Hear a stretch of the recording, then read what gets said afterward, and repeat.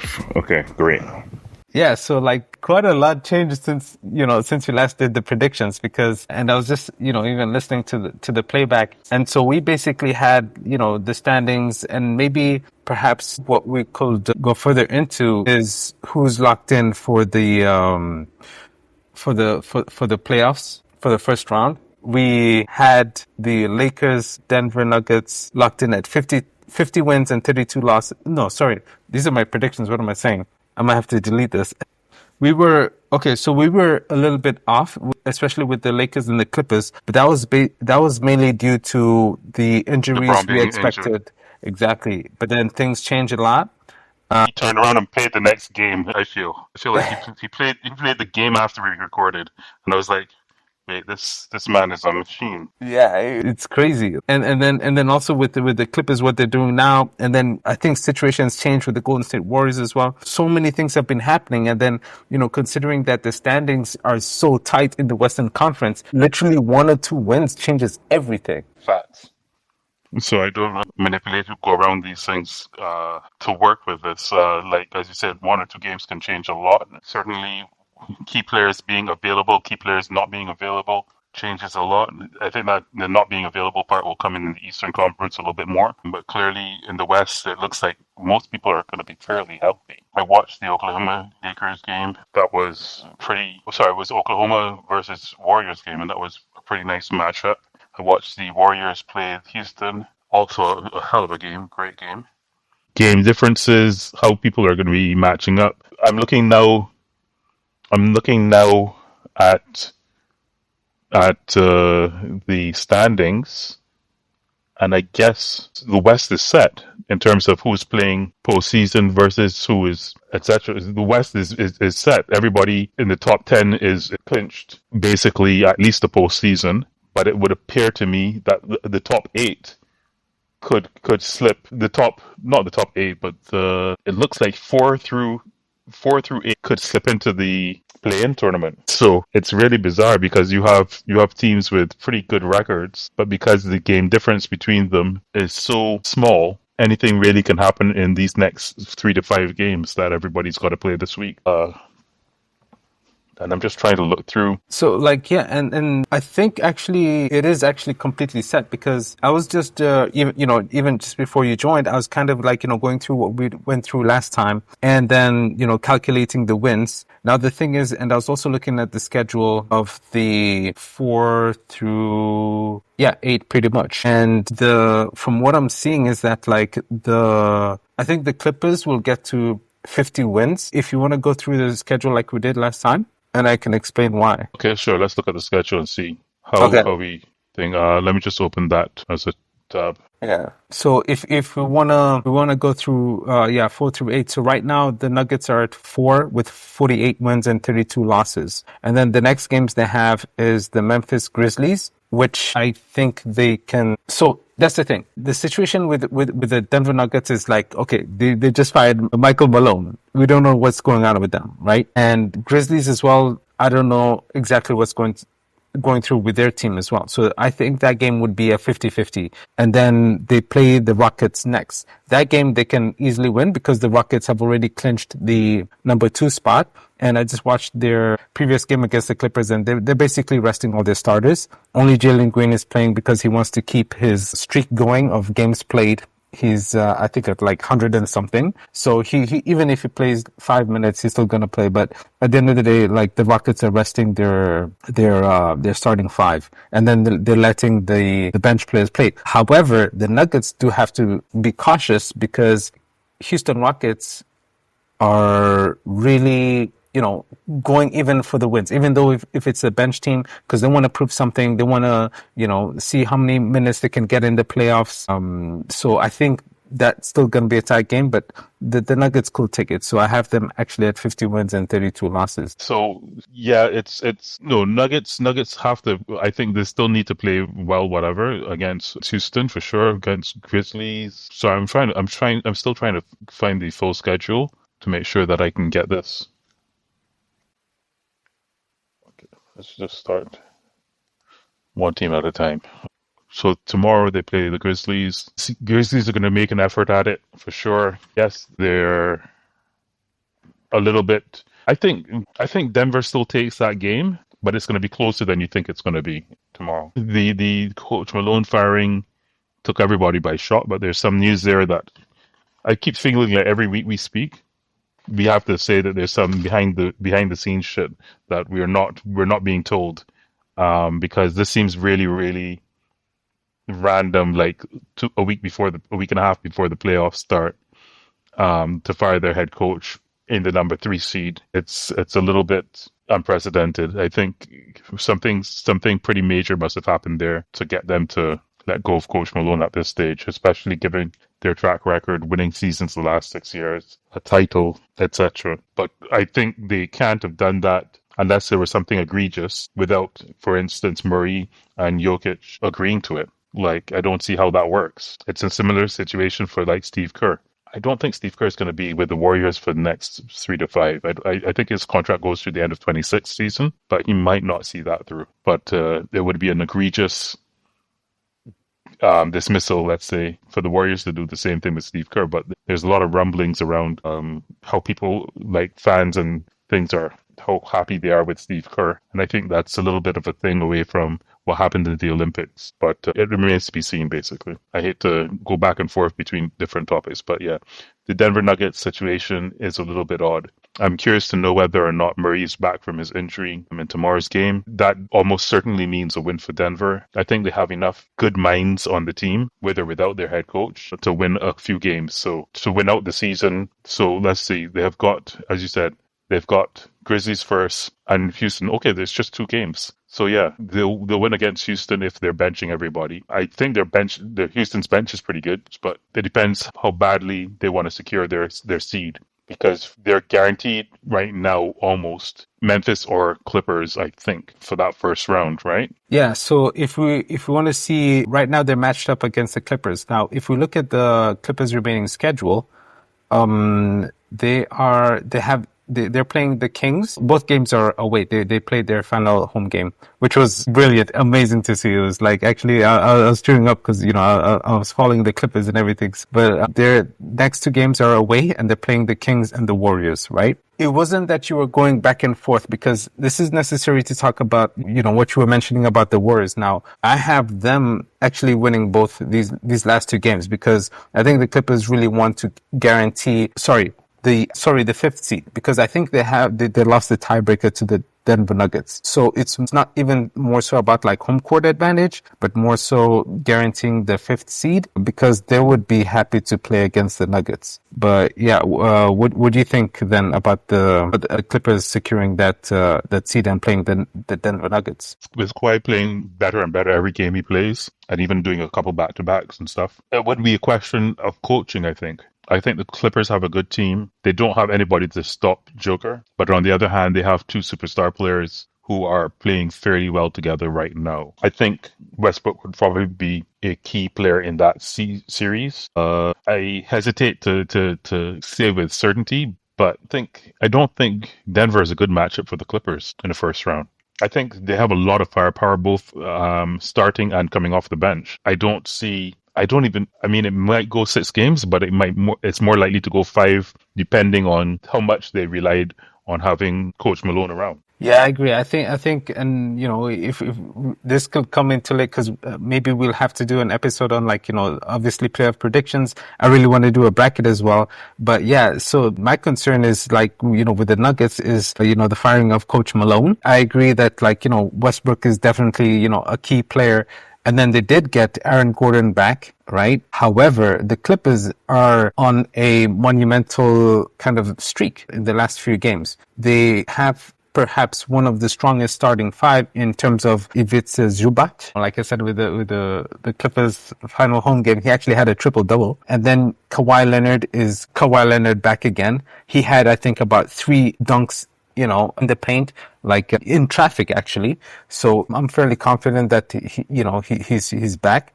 James Harden's going to do James Harden. Now, Dunn is a defensive stopper. So whoever's at the point guard, Westbrook, that's the thing. He mainly denies the ball from like the opposing point guard or the shooting guard. So that would be either Westbrook or Murray. So I think the starting 5 definitely has an advantage over that. And Jokic is gonna do Jokic things, but if the Clippers can stop, with a defensive scheme, if they can stop all the other players, I don't know what they're gonna do. Either stop Jokic or the other players, but they definitely have a chance. And the Clippers bench is also pretty deep because after the All-Star break, I think I mentioned this, in the previous episode or couple episodes back. The Clippers made some major changes in trading Terrence Mann and Michael Porter Jr. In my opinion, that changed everything.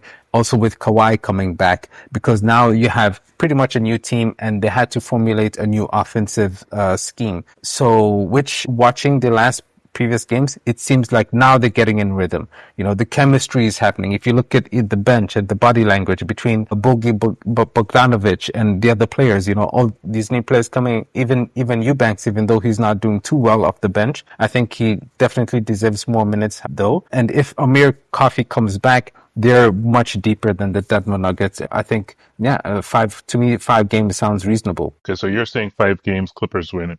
I'm saying 5 games, Denver. It's going to be an interesting series. You were talking about the other team.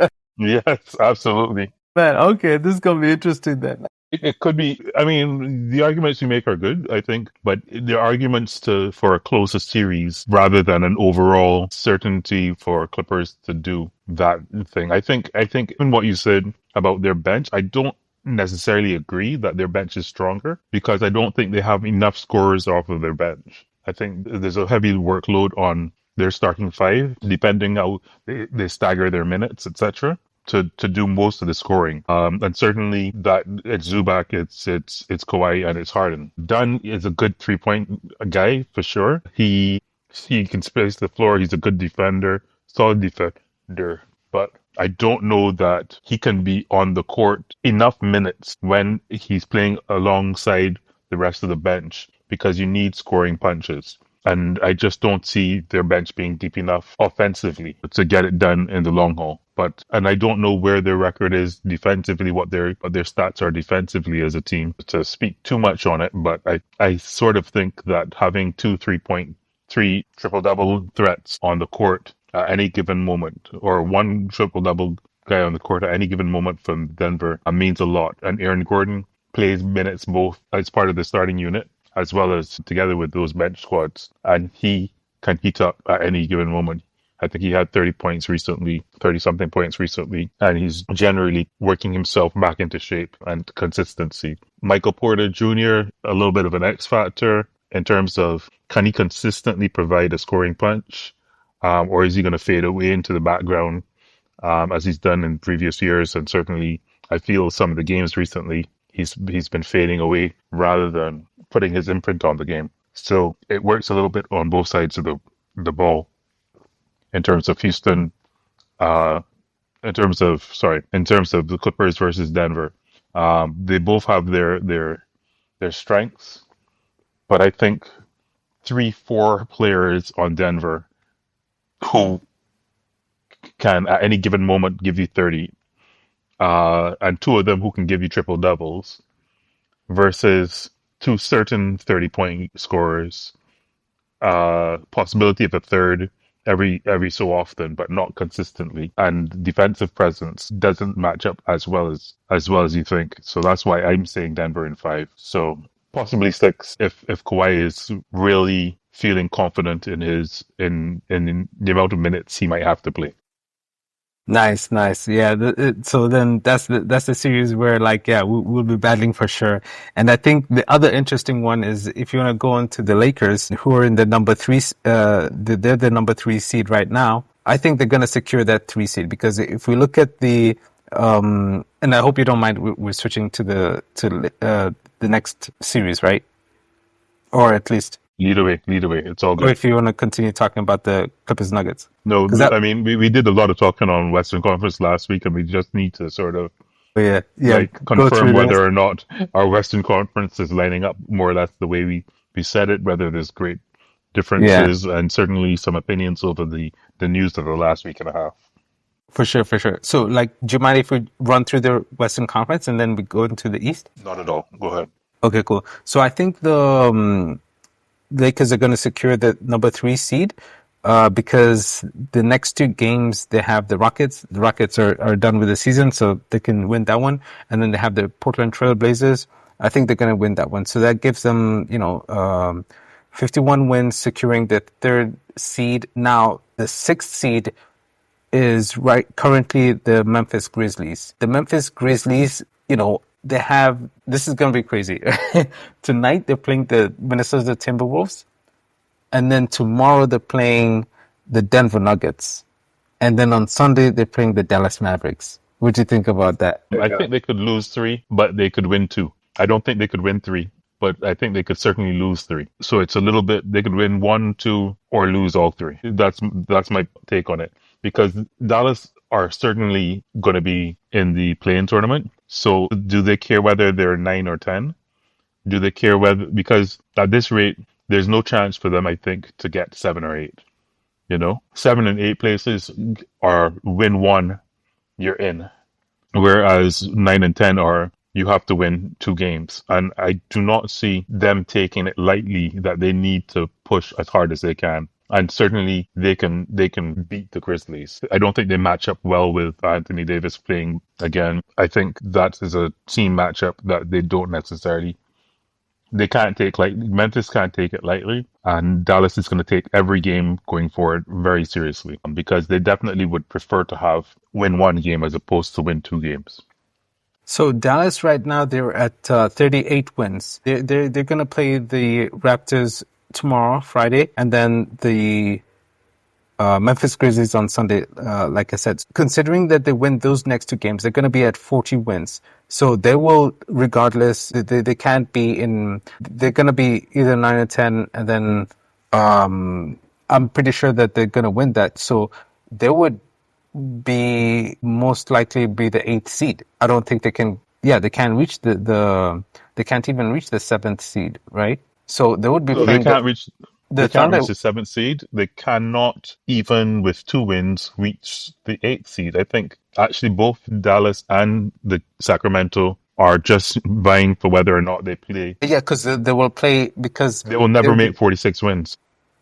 yeah, You see exactly what I right. mean? Yeah, but and so now if they let's say it's as is right now, the Mavericks, I think they can beat the Kings, right? So now the winner of 9 and 10 would play the loser of 7 and 8, which would either be the Warriors or the Timberwolves. So it's going to be either between Timberwolves, Warriors, and Mavericks. Basically, is what I think is going to be either 7 or 8. Yeah, those yeah. So it's Memphis, Golden State, or Timberwolves. Yeah, those are the three teams that will be are fighting between 7 and 8 and 6, basically.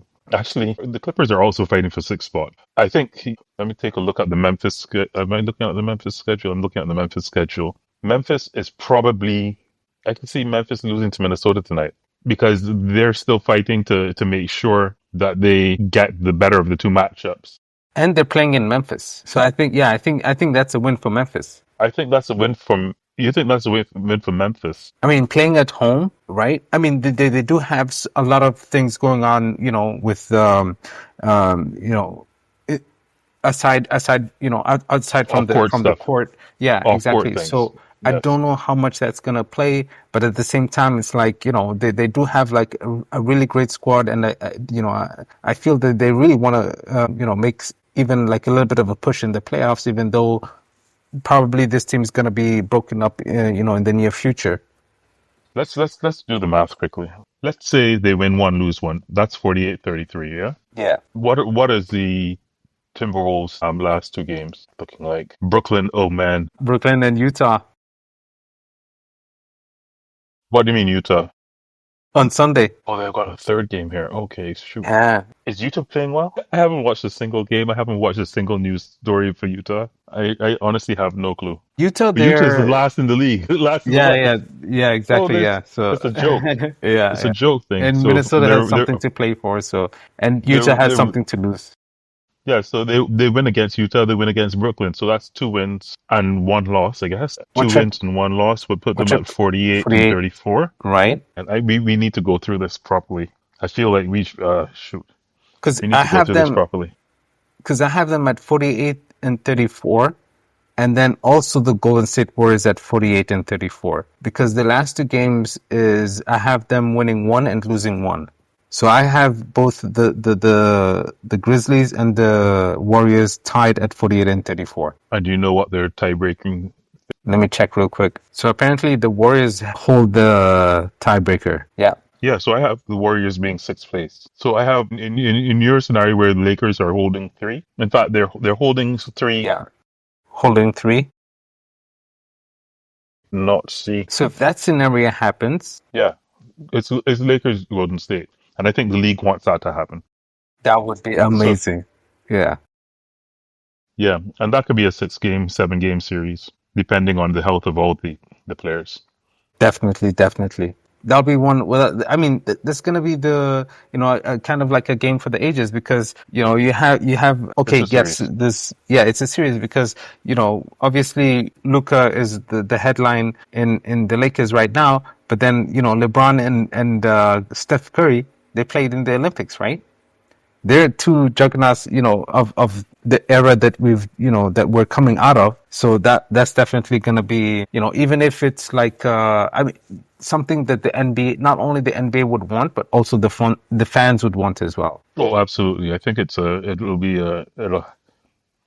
they will advertise the most out of this series. It's two aging players against each other, great matchups in the past, in the finals in particular, four matchups between them, 3-1, Golden State, etc. Curry really wants to solidify himself going forward. He's playing like a madman, save for one recent slide, we'll call it that. But I think it is bound to be a great playoff series. I think they match up really well together. The firepower is clearly on the Lakers side, but you have two people in Steph and Jimmy who, quite frankly, can win a game or two each, like on their own.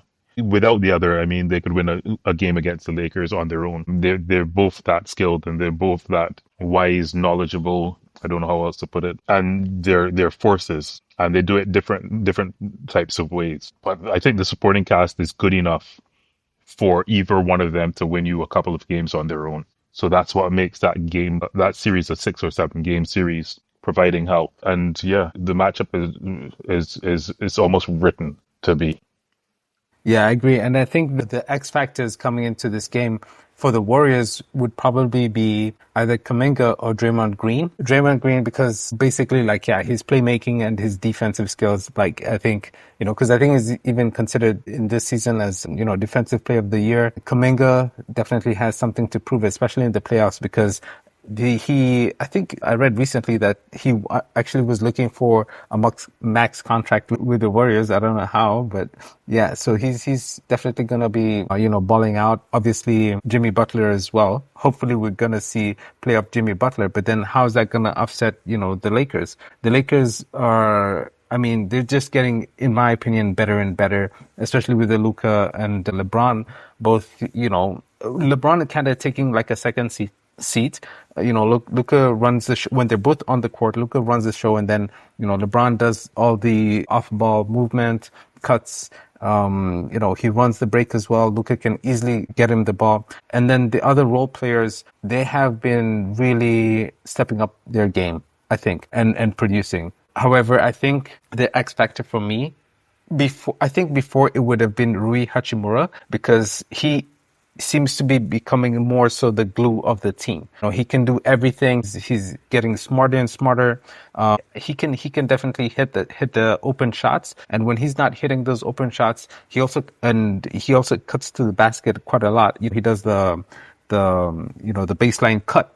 And they, either if LeBron or Luka, either one has the ball, they're gonna get it to him, quite easily. But he's more effective on the defensive end, in my opinion, and he can do so many other things. If he's not, hitting the shots, he's gonna do so much more intangibles that will get them the win. So my X factor for the Lakers would actually be Austin Reeves. Now I don't see why, I'm hearing a lot of people bigging up Austin Reeves, and like even in this last game he got quite a lot of cheers.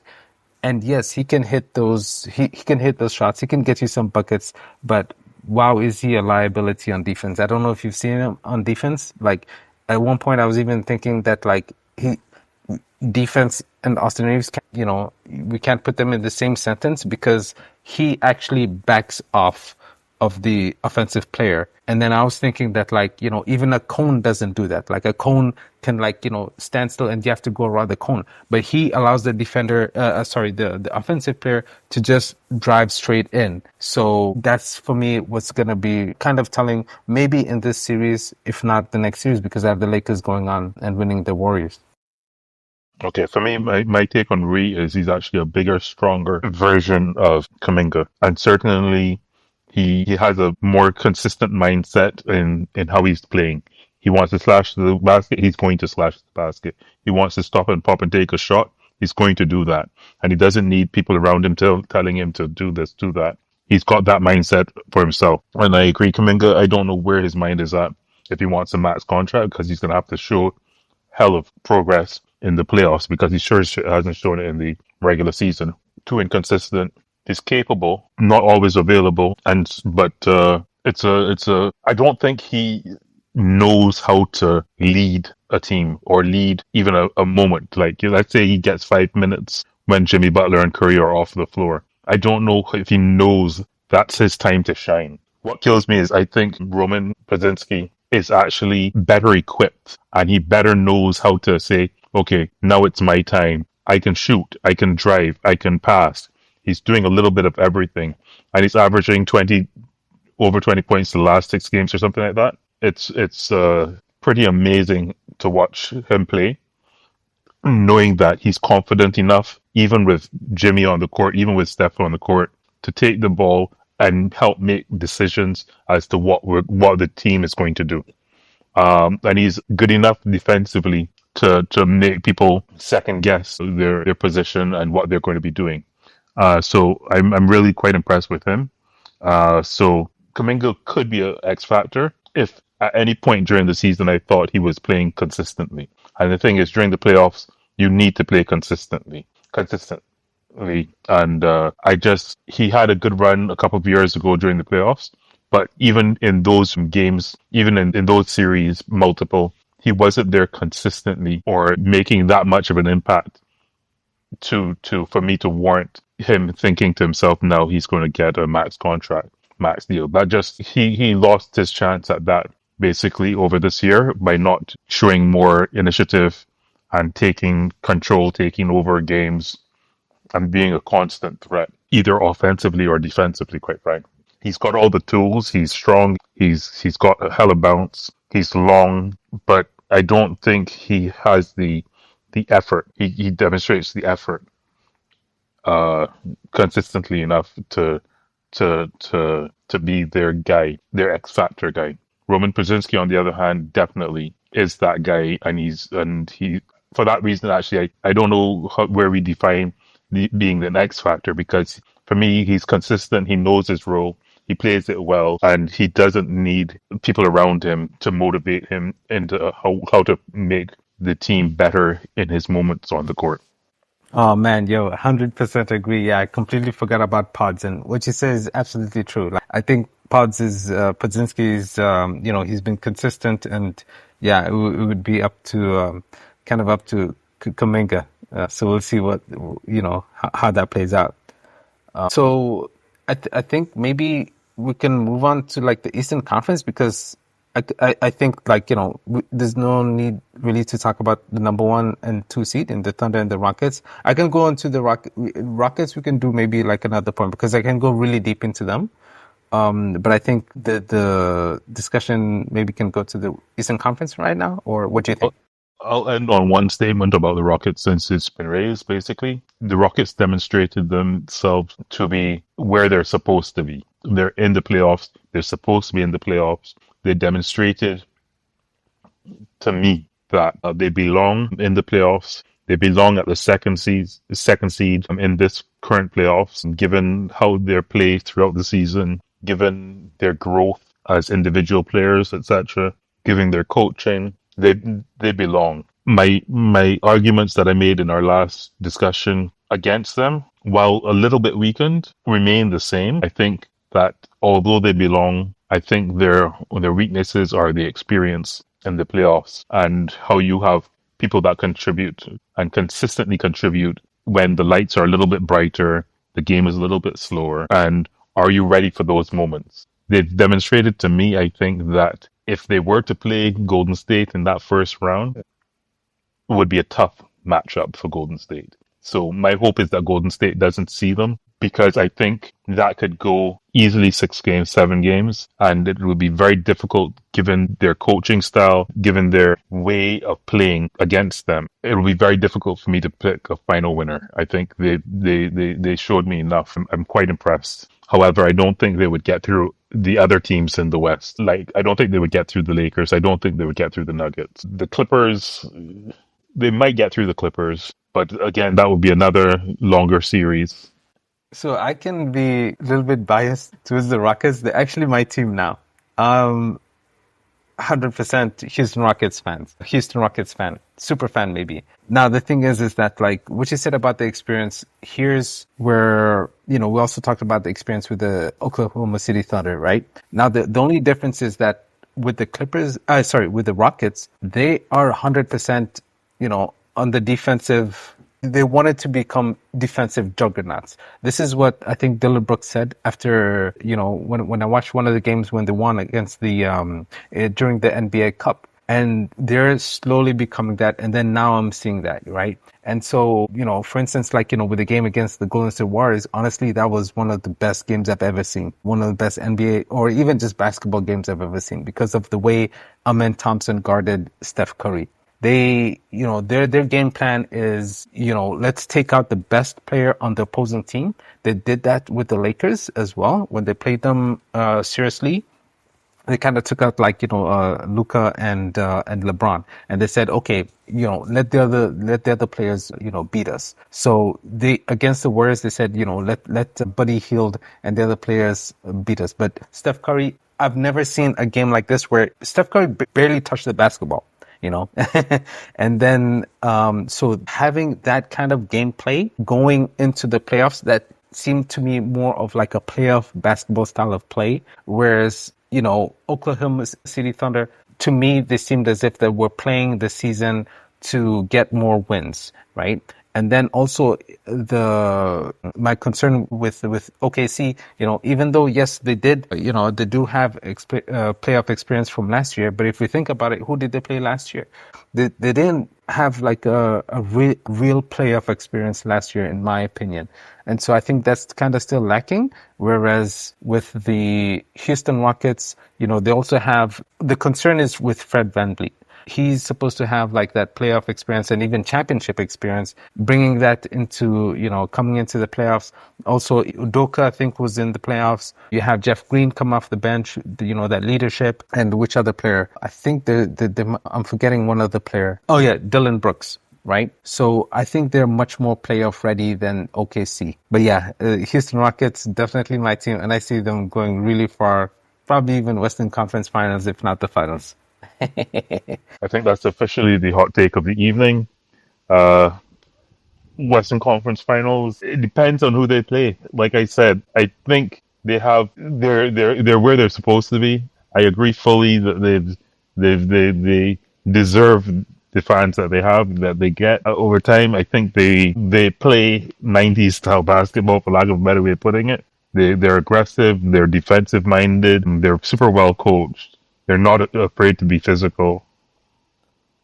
All of their matchups will be worth watching. If I was a bigger fan, I would say I would watch every one of their matchups, almost regardless. But I will take keen note of them as the playoffs go on, for sure. I do not think in Western Conference Finals, unless they get one of these weird series matchups where they play, let's say they play Golden State first round. Okay, they've demonstrated that they're capable, and for me, their activity, their physicality, their youth, coupled with their coaching, makes that a very good series to watch. Because if they can consistently, certainly, I've never seen a team consistently shut down Curry. I've never seen him score less than 10 points, and I think I've watched a fair amount of his games. But they would need to do it over a 7-game series. I don't think if they said let Curry get his points this game, and today we're going to shut down Jimmy Butler. Jimmy Butler doesn't play with a scoring attitude. He plays with a winning attitude. He doesn't care if his points are low, if the final outcome is a win. He will pass the ball up willingly. He's shown to be a gritty defender. He's shown to be an aggressive dive to the floor, grab the ball, and make the winning play. If he's going to be held in checks from scoring, he's going to make sure somebody else is going to take up the slack and get those points. Maybe Podge, maybe Kuminga, somebody else there, and he's a willing contributor in many ways on the floor. So really, I think the key for Houston would be saying, okay, Curry, can I shut you down for 4 games in a series? Can I make it so that your average is below 15, 20 points in a series? Because that's what it would take. I think they're capable. I think they're well coached enough. But I think Curry is actually that great of a player that he will work it out over a 7-game series. So it'll be tight and it could be an easy thing. But let's say they get, as I said, let's say that they got Golden State in their first round. And then for whatever reason, they got the only teams I see giving Houston a problem, and I will repeat what I said earlier, are LA and Denver. Houston is playing out of their minds. They deserve their space. They deserve all the credit in the world. But I don't see them getting past LA or Denver. So while I could see them convincingly getting past everybody else other than Golden State in the bottom half of the thing, Golden State would give them a fight. But I could see them getting past Golden State. You see what I mean? Yeah, 100%. And I think their biggest challenges definitely, the LA Lakers and the Denver Nuggets. And I'd actually put the Clippers in there too, because, like I said before with their, their team strategy, although, they are playing chess right now. And also Lakers, they're playing chess as well. JJ Redick deserves a lot of credit for, adjusting different things even within the game. And then now it's going to be so interesting to see what they do in a playoff series, because not only are they going to be doing adjustments throughout the game, but also within one game, but then adjustments from game to game, And so, yeah, they definitely pose a threat. And then just one thing I want to add to the Houston Rockets is you mentioned, capability, coaching. I think you mentioned 2 other keywords. Strength, athleticism. Yep. Athleticism. How do you say that word? Strength, athleticism. Now, it's late at night.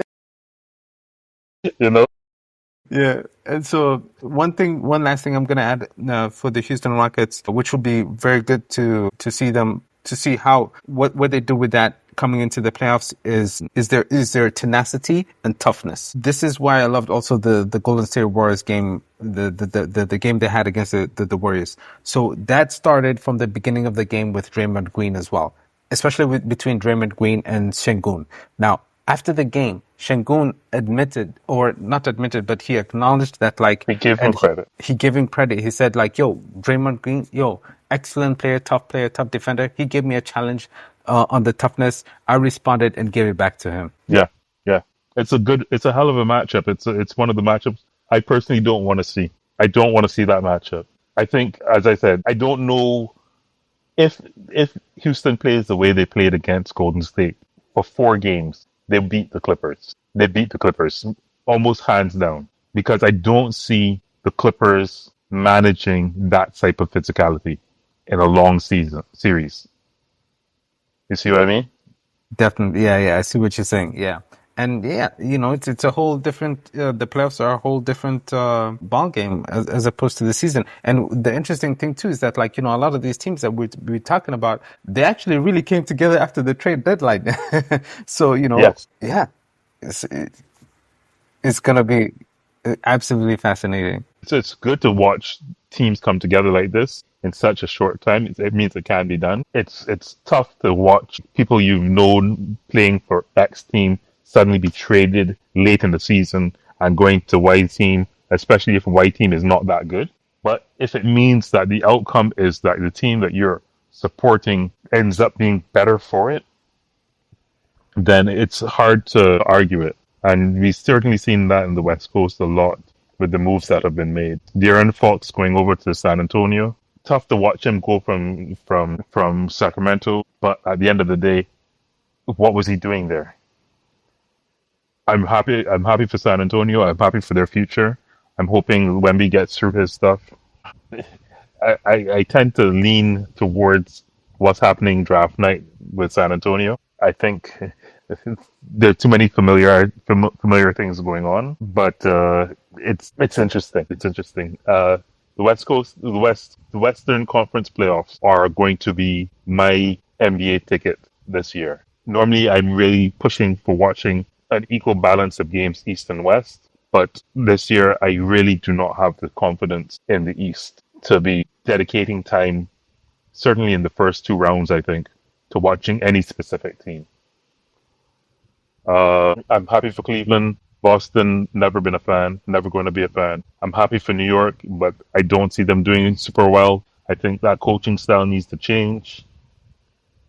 I wish all their players all the health in the world, all the stamina in the world. But if you continue to play 7 men, 8 men max in a 7 game series over multiple rounds, you're going to lose. You're not going to go far. Indiana, never really been not real. Yeah, I would say certainly in this modern era, I have never been a fan, but I give them credit. I give their squad a lot of, I like Evan Turner. I think he would be kick-ass on many other teams.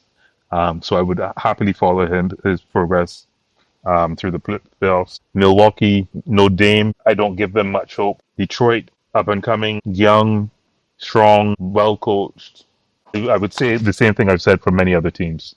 The inexperience really is a hard thing. They're lucky that they're in the East because I don't think experience is that big of a factor in the Eastern Conference the way it is in the West.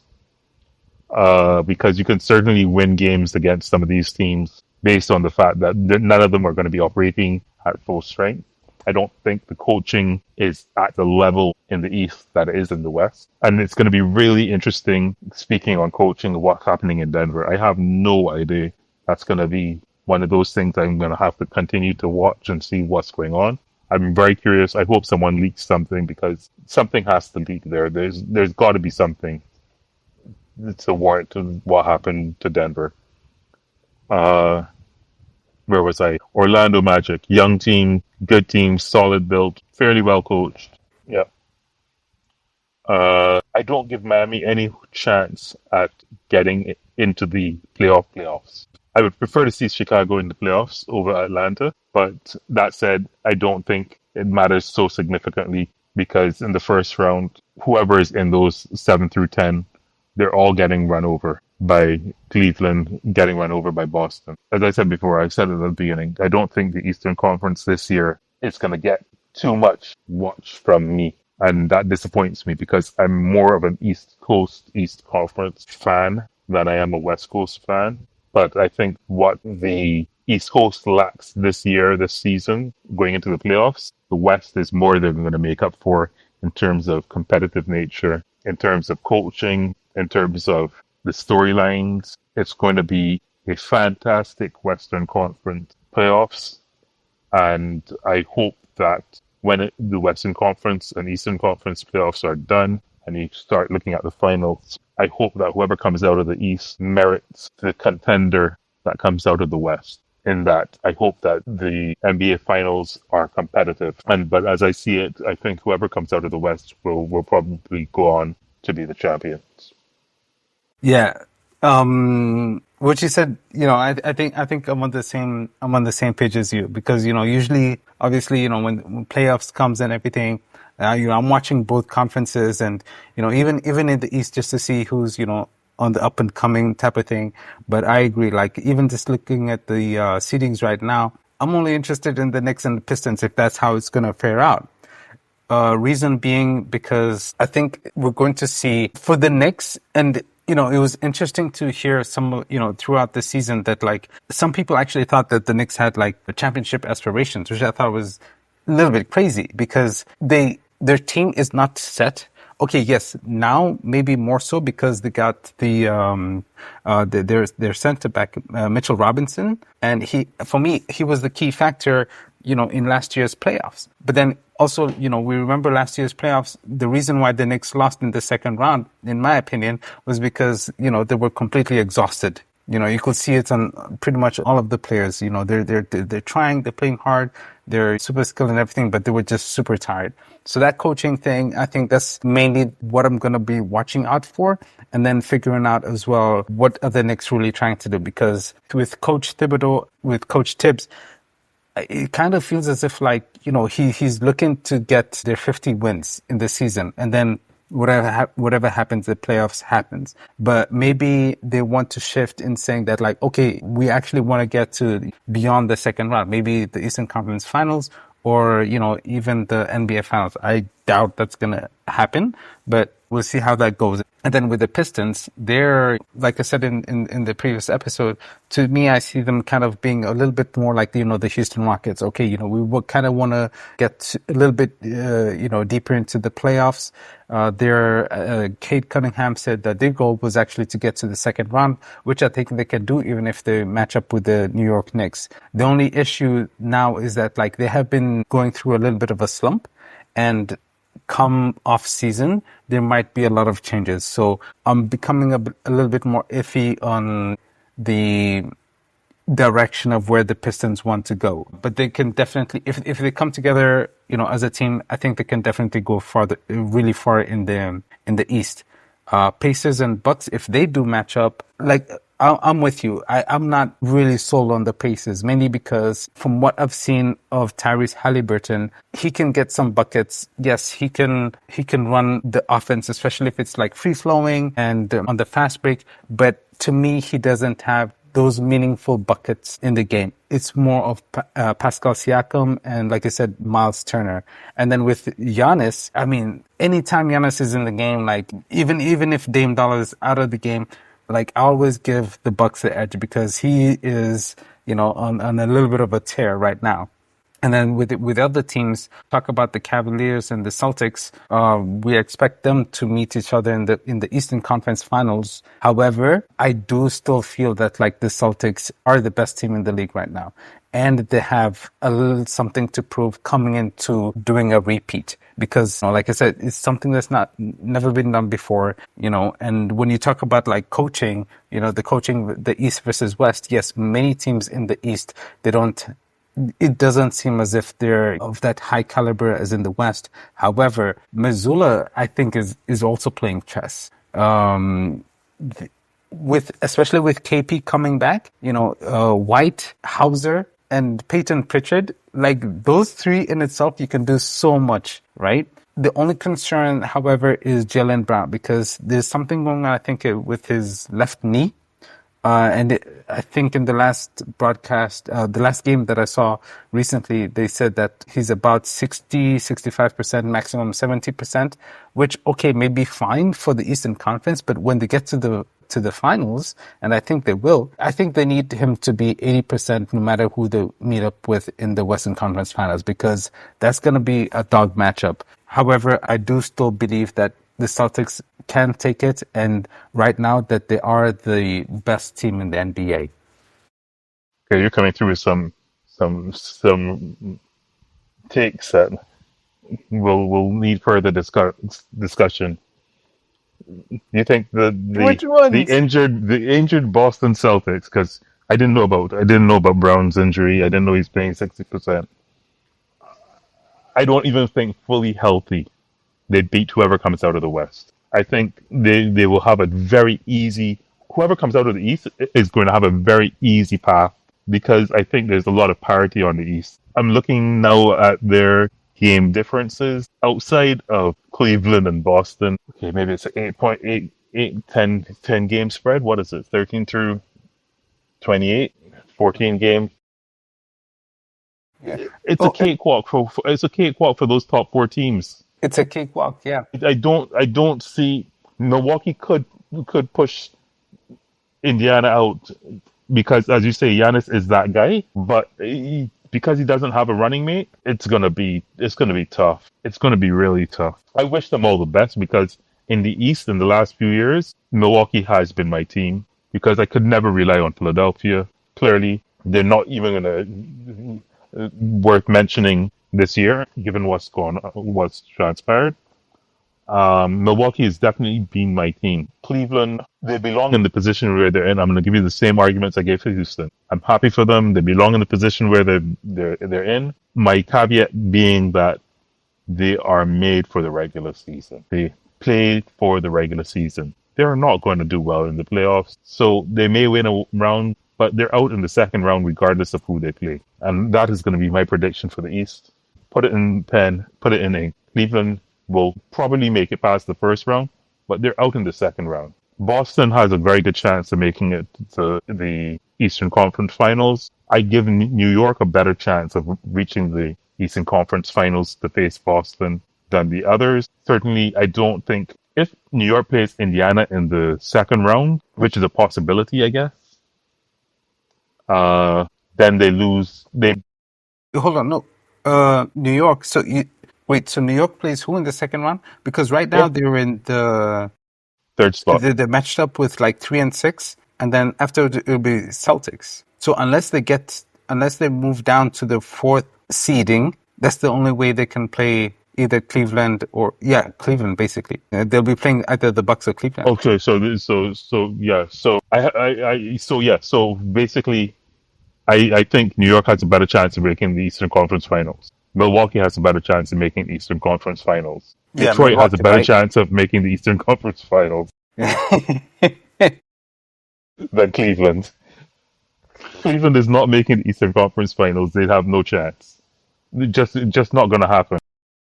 Let me just say this real quick is that like so with the thing with Cleveland though, however, is that the Jarrett Allen, right, and Uh-huh, Evan Mobley front court. uh-huh, That's super dangerous. And then the Darius Garland and especially Donovan Mitchell. uh-huh, Donovan Mitchell knows how to close out games. uh-huh. So that's the only reason why I think like they can actually make the Eastern Conference Finals against the Celtics. Both of those things are true. Do they Yeah. have So depth in their team? that's the thing. I don't think that they have that depth in the playoffs. So They don't it have. could They don't be, have the it's depth. going to be, yeah, yeah. They don't have the depth. They don't have the experience. I think Donovan Mitchell can absolutely win you 2 games in any series. In any series, he can give you 2 games. He's not going to win 4. I think Darius Garland, or what is his name? Garland. I think he can win you 1 game. He's not going to win you more than one on his own, let's say. They don't have enough depth. They're going to end up having to play a lot more minutes than they've been playing in the regular season. So they book it. They can win the first round because likely, let's face it, they're going to play Miami, they're going to play Chicago or Orlando. God forbid they play Orlando because they might be out in the first round. But Cleveland will not make it past the second round. They're not beating New York. Hold on. Because the thing is, no, because like if Cleveland plays, okay, the eighth seed could be other. I think even if they play like Magic, Heat, Bulls, or whoever's in the plan, I think they can get past that in the first round, right? Now I in agree. the second, right? I So, don't think. but it I think Orlando gives them a two challenge. game, okay, a little bit of a challenge. It could be a challenge, or they could beat Cleveland in a Yo, in seven the game seven game, series. In a seven wow, game series, they my could. gosh, I don't think it will happen. It's a very small possibility, but they yeah. could conceivably beat Cleveland in a 7 game series. I mean, that would be interesting. If they can do that, I'm rooting for whoever beats the Cleveland Cavaliers all the way through because, like, that would be pretty impressive. But okay, so let's say like the Cleveland actually, goes to the second round. Who are they playing right now? The way they're matched up, they're probably gonna play the Bucks in the second round, right? So you're saying that they can't get past the Bucks? No, no chance. Even without them. Even without them, no chance. But I No mean, why chance. is that? Is it If Giannis is matchups or? healthy, no chance. If Bobby Portis is playing, no chance. Who's this guy they brought over from the Wizards? They brought in Kuzma and Porter Jr. and I think those are the main No key. chance. No chance. No chance. If these guys are healthy, there's no chance for Cleveland. But Cleveland did get DeAndre Hunter, and he's coming off the bench, right? They got him And from the Atlanta Hawks. and Yeah, I don't know.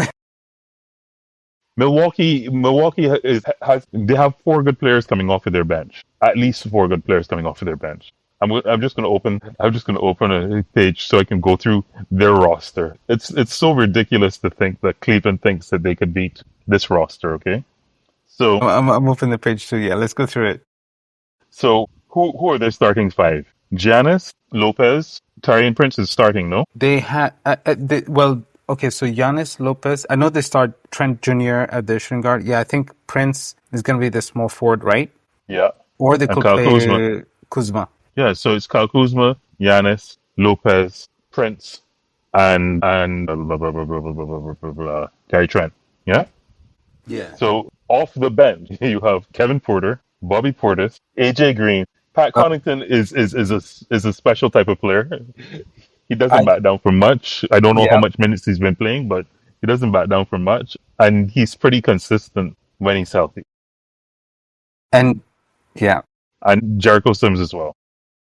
yeah, Jericho Sims. Yeah, I Let's think never forget Jericho Sims because Jericho Sims could actually start for you this know, Bucks squad.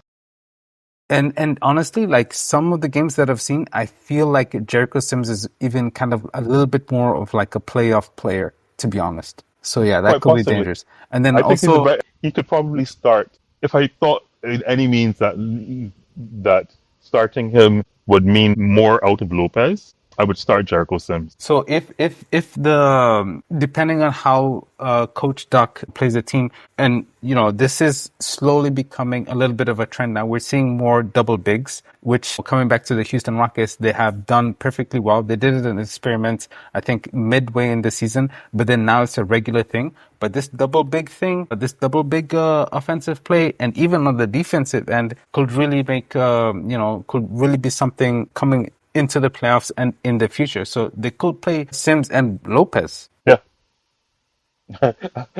If they play Sims, Lopez, and Giannis, forget about it. That would be awesome, man. Forget I'd about it. love to see that. Forget about it. And Kuzma as a small forward, Yep. you have 6'8" across the board at minimum. That's gonna be really interesting. And What is he? He's six so nine. like, Kyle you Kuzma know, 6'9". and then think and then think about this, just looking into like the coaching and everything. Have you seen the last few games of the Bucks? Giannis is playing like I was seeing kind of like he's a little bit of a Grant Hill 2.0. With the slashing and everything, because he is playing. Yeah. They started playing him as the point forward when Dame Dollar got injured, when he had the blood clot. They moved Dame Giannis to Dollar? the point. Yeah, Dame Dollar was an ACL tear, no? no, he had the blood clot. Damian Lillard had the Yeah, blood clot. yeah, he's got a It clot. was Yeah, ACL was Kyrie. Kyrie, yeah. Yeah. Okay. So he's playing the point forward, and he's been Which tearing he's it played up. before. Which he's played before. Yeah. Let's not forget that this was something under Bullhauser. What's his name? Budenholzer. Oh yeah. Yeah, he played a lot of points in that system in the early days. Um, yeah, Cleveland has no chance past the second round. Cleveland versus Indiana. I wouldn't say no chance. Okay, I wouldn't I'm say not a no fan of chance. Indiana. I'm not a fan of Indiana, Me but neither. but let me put this very clearly. They're beating Cleveland. They have a deeper bench. They have a wider bench. They have offense and defense. Wow. Okay, Indiana. Yeah, Good Lord. I I'm think really Indiana not. has a chance against Milwaukee without Dame. I, Wow. th- I think I think Indiana has a chance against Milwaukee without Dame. Mm, So you better believe that if I think Milwaukee is going to beat Cleveland, I believe Indiana's going to beat Cleveland too. Better believe it. okay. I mean, I Let's say haven't been. Detroit slips. Let's say Milwaukee slips around and gets itself into sixth place instead of fifth. Detroit is a bigger team, younger, Yeah. more athletic, Yeah. hungry. Yeah. They are hungry. The only thing is like the team dynamics and everything. That's gonna be the only kind of like brick wall that they're gonna have to get over. I'll And let then you speak also on it. there I haven't was watched a single game from Detroit. so I'm okay just so going off of what people have told me. so Younger, yeah. bigger, hungry. Think a little bit of like a little bit like the Bad Boys Pistons. That's kind of the style they play. And Okay. then now they have apparently I didn't read it. It was just a headline that I saw, but like Jaden Ivey might be coming back. Now Jaden Ivey was actually their top scorer, but I think he broke his hand or something. But yeah, Jaden Ivey. So imagine the Pistons where they are right now, and then getting back their best scorer. Yeah, I'm always a little bit hesitant to reincorporate injured players back into starting lineups or into playing major minutes and playing things because I think it changes dynamics and whatnot. So Yeah, I think it helps to have another body, but I don't give returning injured players a lot of credence unless you're LeBron or yeah. Anthony Davis, apparently, because Anthony Davis is also. Yeah, especially at this time of the season, they haven't played NBA basketball. The conditioning might be there, Well, I mean, but if it's only his hand that's injured, he's probably still got his conditioning. he's got the Probably not his conditioning. game conditioning, but he can run around. He can run around and everything, but yeah, now it's more about like, the team dynamics, gelling with the team and then, being kind of not even season ready, but more so playoff ready. So yeah, I agree with you on that point for sure. It's not, I don't think, maybe one game, but I don't think it's going to be a huge impact or even if it's kind of worth it. I don't know. No, it is definitely worth Oh it, no, no, but no! You always play. You always play your players. I mean, honestly, if he comes back and he's healthy, you're gonna play. You're gonna play him, get him some reps in, because even if it's not in the first round, maybe in the second round, he's a contributor. I just don't like the immediacy of it all. It doesn't mean well for teams because it interrupts basic chemistry, interrupts a lot of things, and you don't know where they're at physically in terms of the grind of a game. absolutely. Yeah, I agree with that. So that's I'm gonna just give you my quick on things, my quick breakdown of the Eastern Conference. I have Cleveland most likely getting out of the first round. I'm saying most likely because I don't think it's a given. I don't think it's 100%. I give it 75 to 80% getting out of the first round, but 100% getting paused in the second round, regardless of who they play. Regardless of who they play, and that could be Detroit, and that could be Detroit. They're still gonna get beaten. Boston. Is it a limb to say that go to the Eastern Conference Finals at this stage? Is it what? Is it going out on a limb to say that they go to the Eastern Conference Finals at this stage? It's Not not a ev- limb. It's not a very big limb. yeah. It's a very small limb. It's most likely that they're going to do that. However, I didn't know about the injury to Brown. I mean, it's not a significant They injury will. because the thing is, it was 60% is a actually significant injury. It's a okay. So it's not significant injury. okay. Maybe not injury. Let me put it more so in terms of just like being hurt or or like the fatigue from the season. Because the thing is, from what I heard, is that like he actually told the coach, he told Missoula that like yeah, he can play, he's gonna play, but on the court you can see that like he's not 100%, and he's not gonna get 100%, but he will still contribute whatever he can. And I think that The the injuries are Boston tough. they are If tough, I'm but them, if I'm them, I let him rest. Knee injuries, like just for future, just like problems down the line, shit. I let him rest. Even the first complete, let Boston get through the first round without him. Rest him the first round. They don't need him. yeah, I agree with that. They don't need him. Let him rest the first round. If White is there, if Porzingis is there, Tatum is there, they have more than enough firepower. They have more than enough bench. Let him rest the first round. Yeah, yeah. They're well coached. Rest him the first round. Get his knee into strengthen his knee. Get his knee right. They may not need him the second round either. Let him rest. Yeah, put him on the roster. Let him wear his warm ups. Let him shoot around. Don't put him on the floor. Don't put him on the floor. Just doesn't make sense. New York depends who their second round matchup is. But if it's, I don't want to say what I said for Cleveland. New York beats Cleveland even tired. Even tired, New York beats Cleveland. They have too many bodies. And it would be dumb of them to lose, even if tired, to Cleveland. They have so many bodies. It just doesn't make sense. Who are these bodies in New York though? Tibbs plays only 7, 8 I players know, maximum. I know, but you're trying to tell me that the players that let's go through his roster. Let's go through the people who he does not play. Okay? PJ Tucker, he does not play PJ Tucker. I just I found do out not know. recently he was on the team, actually, to be honest. I just found out right now. I just found out right now. I thought he was playing for the Suns. I loved him on the Suns. For me, I'll always remember PJ Tucker as a Sun. Oh man, Beckham Dadier. I don't know whether he plays or not. He's a rookie. Kevin McCullough. Does he play? I don't think he plays. So let's go through the people we know that he does play. DeLon Wright, limited minutes, plays, not part of the 7 or 8.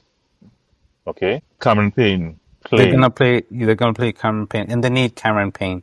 They're going to play him because they need someone to take those Jalen Brunson minutes that he's off the court. And I pray to God that he's healthy. I pray to God that he's healthy and he that he manages 30 minutes a night throughout the playoffs. Jalen Brunson. I want him playing 30 minutes a night. He doesn't need to be playing 40, certainly not 48, but 30 minutes a night. The same thing applies to Josh Hart. 30 minutes a night. Cap it. Don't play him more than 30, 33 minutes a night until the Eastern Conference Finals, if they make it that far. Precious Achua, 25 to 35 minutes. Don't play more than 35 minutes a night. OG Anunoby, 25 to 35 minutes. Don't play more than 35 minutes a night.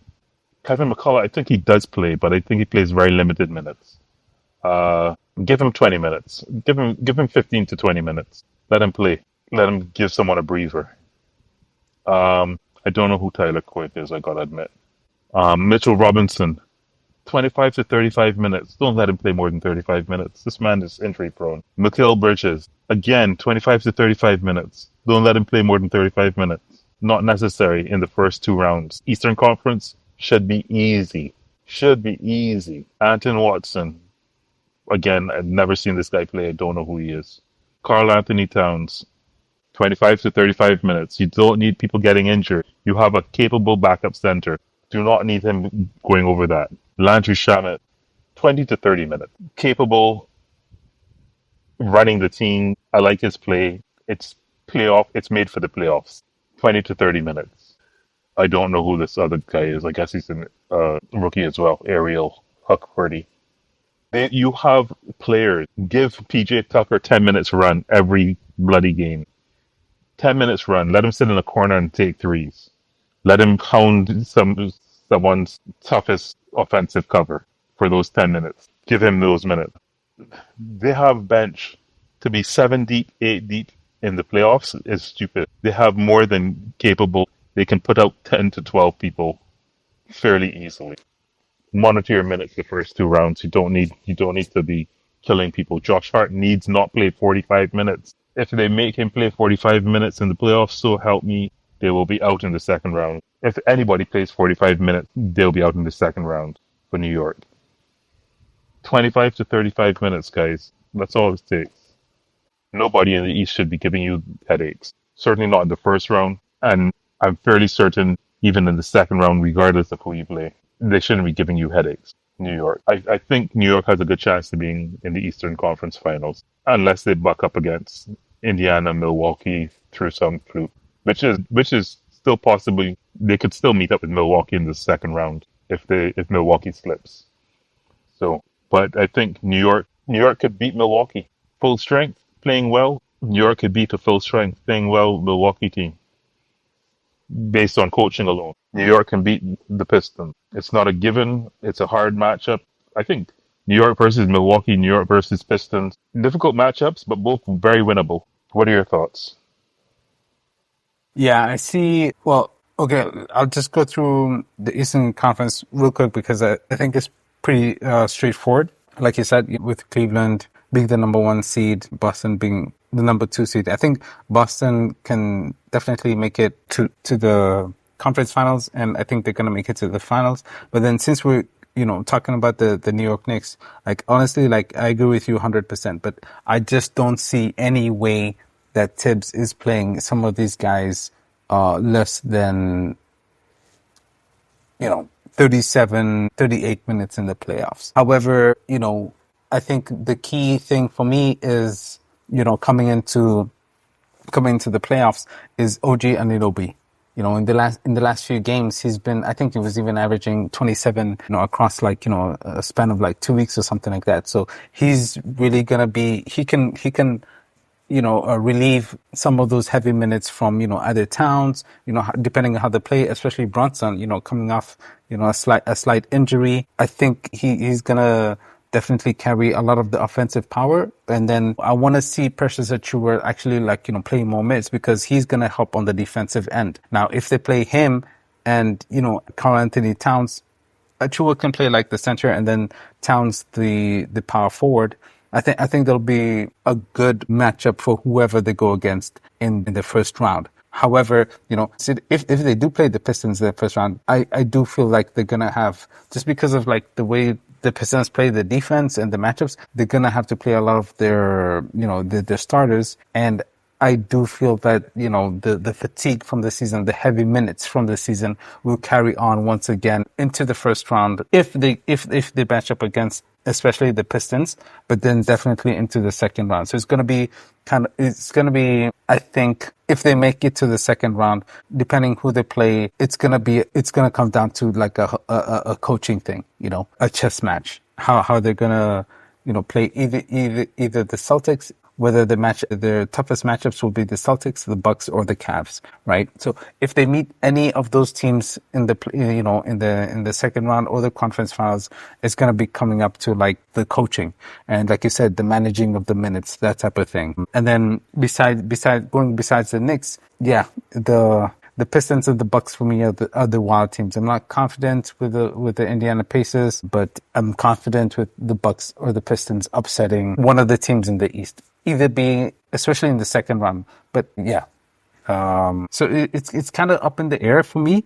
But it's going to be interesting only for those few teams in the East. I think 8, 9, and 10 are not making the second round of the playoffs. Doesn't matter which team it is that's going to be that makes it playoffs. Atlanta's not making the second round. Chicago's not making the second round. Miami's not making the second round. Regardless. Right. Now, you had something to say about the Orlando Magic, however, right? Orlando Magic can make the second round if they play Cleveland. Can. I don't think it's going to happen, but they can if they play Cleveland. They have no chance against Boston. But if Orlando Magic make that 8th spot, and they'll have 2 chances to get it, or they can lose that first match on purpose. I would be in a race for that first match to lose that first match. I'd be in a race. You would never see me score points. I'd say I get everybody 10 points in that thing. I put them in, just let them score 10 points. If I'm 7 or 8, if I'm 7 or 8 going into the play-in, I'm in a race to lose that first match because I don't want to play Boston. But I'll play Cleveland. I would play Cleveland. Yeah, I agree 100%. Yeah, you definitely want to avoid Boston at all costs. And if Detroit fucks around and finds out, yeah, they could clear their way through the playoffs in a hurry. They could clear their way through the playoffs in a hurry if they go to 8. Can you imagine? If I'm Detroit, I'm considering it. I'm seriously considering it. I might lose a couple of matches on purpose. And so that's what we talked about. I mean, we didn't get to the Western Conference last time, but we talked about the matchups. That's the thing, is that what does Detroit really want to do? Because, it's interesting because in the Western Conference finals, in the Western Conference, there's there's the battle to, let's make the 6th seed, right? Let's secure a spot in the playoffs. We will avoid the play-in type of thing, and not only because of the matchups, but I think also because of where the teams want to go. Our goal is to make the, either the playoffs, get to the second round. Whereas in the East, it's more so of which matchups do we want? Who do we have a better chance of beating just simply based on the matchups? But yeah, I don't know. Are you muted? But we're coming out onto an hour and it's getting pretty late on my end. So. Sorry about that. Yeah, we're getting quite late, and we hit on a number of good topics, and conversation is going well. So yeah, let's maybe continue this another time and see. Yeah, and so like I said, I think maybe the next time would be ready to already get into the playoffs at that point, or we could talk about some other things. But yeah, definitely want us to, discuss more, and even coming back into some of the things that we talked about. We missed it. I mean, we can go into further details about stuff we discussed here. You make a good point that we didn't really do the matchup thing the way we've just done the East pretty much. We've done the East is such a joke to even consider that we spent this time on. Like, it's a joke. It's a joke. It's very laughable. I think there were some good, really relevant things that we talked about. I think I went on a little bit of a tangent, a little bit of a rant, whatever. But basically, I was saying there's so much to watch in the West, and I don't think the East is worth watching this year. I might watch 4 games. Yeah, no, I agree with you. Like, we'll see how the seeding plays off. I mean, for me, definitely at least first round, I'll be watching the Pistons. But yeah, just let's get to the second round for the Eastern Conference. You watch the Pistons regardless of who they play. Yeah, They're in 6th now, so that's New York. and Yeah, yeah, no, only the Pistons. I was thinking the Bucks, but nah, I don't know. We'll see. well, if it's New York versus the Bucks, you watch those games. Yeah, I think you watch those. definitely. But I think that's the only round. That's the only series I would watch. New York versus the Bucks. New York versus Pistons. I might catch a game. I might catch 2, but that's only because I'm curious to hear about your team, the Pistons, and why. So I can feel them out. I haven't, like I said, I haven't watched a single game from the Pistons. I haven't watched a single game from Utah. I haven't watched. I mean, they're teams I just don't even feel deserve my attention. It's not that Pistons don't deserve the attention because clearly they're up and coming. It's just never been a fan. And the thing, there's so many teams that are absolutely not worth watching. And then now coming into the Western Conference, there's so many teams that are absolutely worth Must watching. must Must watch. see, yeah, must Must watch watch. TV. Yeah. Lakers, any Lakers match, quite frankly, in the playoffs, regardless of who they play, probably worth watching. I don't necessarily mean watching the full 80, 48 minutes, but yeah, I would dedicate some serious time to watching the full 48 for 6, 7 games or whatever for the Lakers. Same thing applies for Golden State. Same thing applies for the Timberwolves if they make it that far. Same thing applies for Denver, just because I want to see what the shit show this Mike Malone firing is going to be. Insane, insane. It's just, it baffles my head. It baffles my head. There's something there. There's something there. There had to have been a fight in the locker room or some shit. There had to have been misconduct. There had to have been something. Like, he probably hit Joker in the face. I don't know. Yeah. Or I don't know if it was something brewing from a long time ago or something, but yeah. There's definitely something there that, like, hopefully, I don't know when we'll get to hear it. I mean, nowadays news comes out, like, fairly quickly, so like probably in the off season. So it kind of like with the Luka trade. Like even today, I was just, because of the last night's game. I was just, I ended I up haven't watched that going. game yet. I haven't watched that game yet. I haven't. I was going to watch it at work today. I didn't. I was working. Yeah. Oh, I okay, okay. haven't watched that game yet. But yeah, so like, and like, kind of, it kind of led me a little bit back into the rabbit hole about the whole trade and everything. And yeah, new stuff just keeps on coming out slowly and slowly. Mark Cuban has been, speaking a little bit. Vocal as So shit. yeah, so I think with the Mike Malone Denver situation in the coming weeks, who knows, even during the playoffs, much Something's more coming out. information, something's coming Something's out, coming and we're out. gonna find Yeah. out. All right, man. We did a good run. It was a very good talk. I I really always love appreciated these it. talks. Yeah, for sure. Appreciate it too. Yeah. Okay. We'll chat Awesome. then. All Yeah, right. Take care, sounds man. good. Cheers. You too, man. Easy. Peace. Have a good night.